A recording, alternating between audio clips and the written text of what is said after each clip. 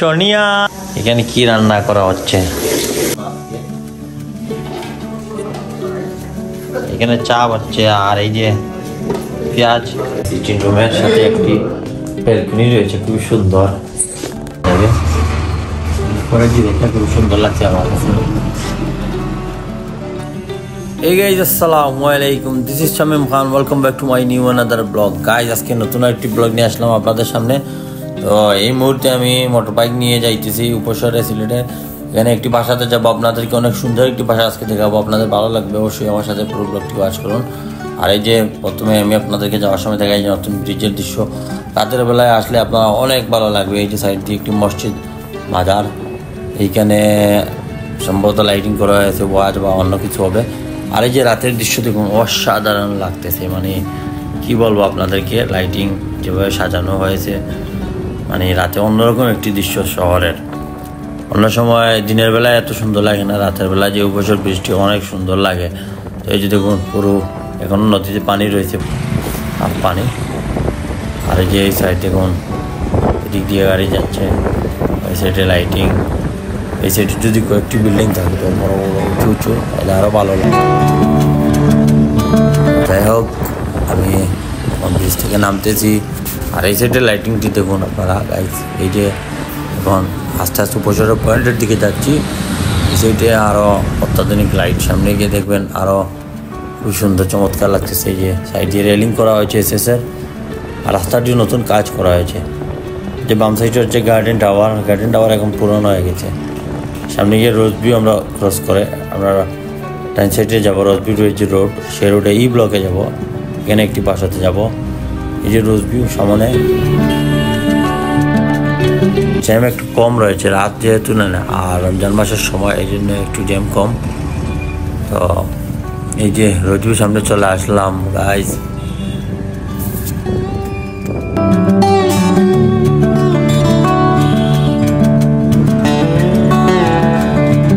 তো finally guys চলে আসলাম। এই যে সিঁড়ি আমি উঠতেছি, এখানে লিফট রয়েছে 6 তলা একটি বিল্ডিং। আর আমরা যেহেতু 2 তলায়, তো লিফট আরও ইউজ করা লাগবে না, এটাই যাচ্ছি। এখন উপরে যেতেছি ফ্ল্যাটের ভিতরে। এখানে পুরোপুরি সাজানো হয়নি ফ্ল্যাটটি, যেহেতু আজকে শিফট হয়েছে এই জন্য। তো এই যে প্রথমে ঢুকে সিটিং রুমে চলে আসলাম। কি সুন্দর যে ওয়ালপেপার, অনেক সুন্দর লাগতেছে সিটিং রুমটা। Nice, very nice. এই যে সাইড। তো আমি এখন চলে আসলাম যে সিটিংয়ের পাশে যে ওয়াশরুম, যেটি টয়লেট, এটি এইখানে। এই যে একটি মিরর রয়েছে, সিঙ্ক রয়েছে।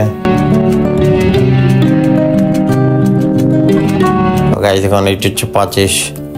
এই যে 25 থেকে সোজা একটি প্রথমে বেডরুম, এটি গেস্ট রুম।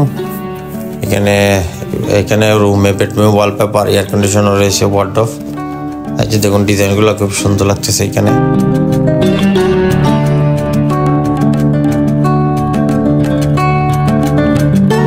এখানে এই যে 25-এর মধ্যে ওয়ালপেপার, অনেক সুন্দর ওয়ালপেপার। ডিজাইনটা আমার কাছে অনেক ভালোই লাগছে, ডিজাইনটা খুব সুন্দর।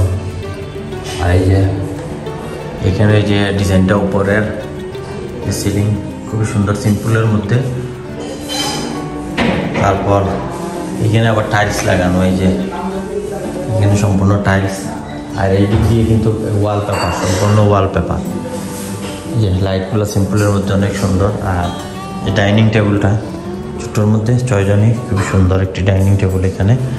আর নিচে ফ্লোরে যে টাইলসগুলা আকর্ষণীয়, সিম্পলের মধ্যে। আর এখানে যে বেসিনটা রাখা হয়েছে ওয়াশ, এটিও তেমন হাই কোয়ালিটির নয়, তারপরও খুবই সুন্দর চমৎকার। এই যে কালার ডিজাইনটা আমার কাছে অনেক ভালোই লাগছে। ও গাইজ, আমি আপনাদেরকে এখন বেডরুমে নিয়ে যাবো। এটি হচ্ছে ডাইনিং এরিয়া। এই যে ডাইনিং টেবিল, এখানে সোজা বেডরুমে নিয়ে যাবো। 3টা বেডরুমের ঘর এটি।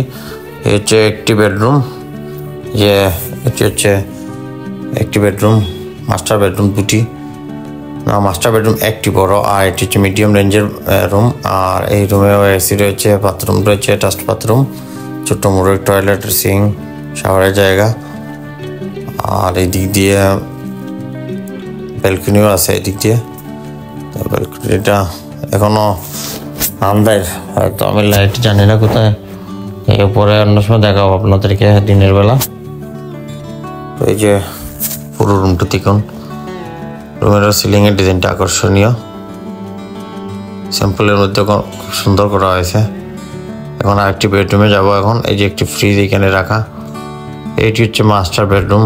এখানে যেহেতু রেডিমেড সব কিছু হয়েছে, তো সব কিছুই রয়েছে। ওয়ার্ডরোব রয়েছে, দুইটি আলমারি রয়েছে, তারপর এই যে বেড রয়েছে, এখানে অ্যাটাচড বাথরুম রয়েছে।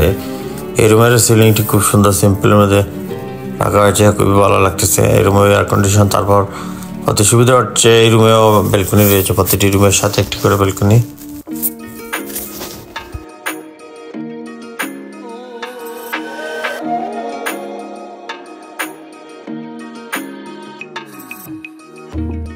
তো গাইস এখানেও একটি টয়লেট রয়েছে,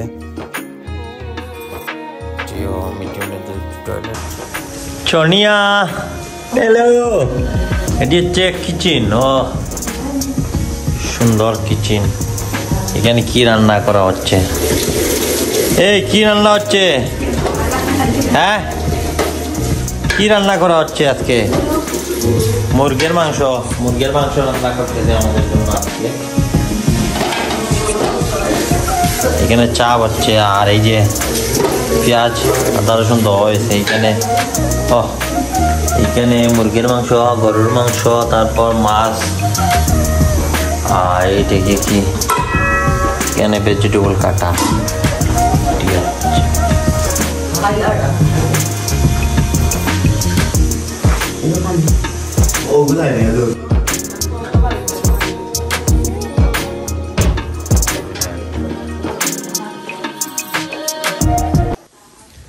একটি জিনিস দেখাই, এখানে এই সিটিং রুমের সাথে একটি ব্যালকনি রয়েছে, খুব সুন্দর। এখানে দরজাটা, এই যে লাইট, ও এখানে মাঝে মধ্যে এসে বাতাস খাওয়া যাবে গরমের সময়, বাইরের নিচে বসে এখানে টাইম পাস করা যাবে। খুব সুন্দর লাগছে আমার।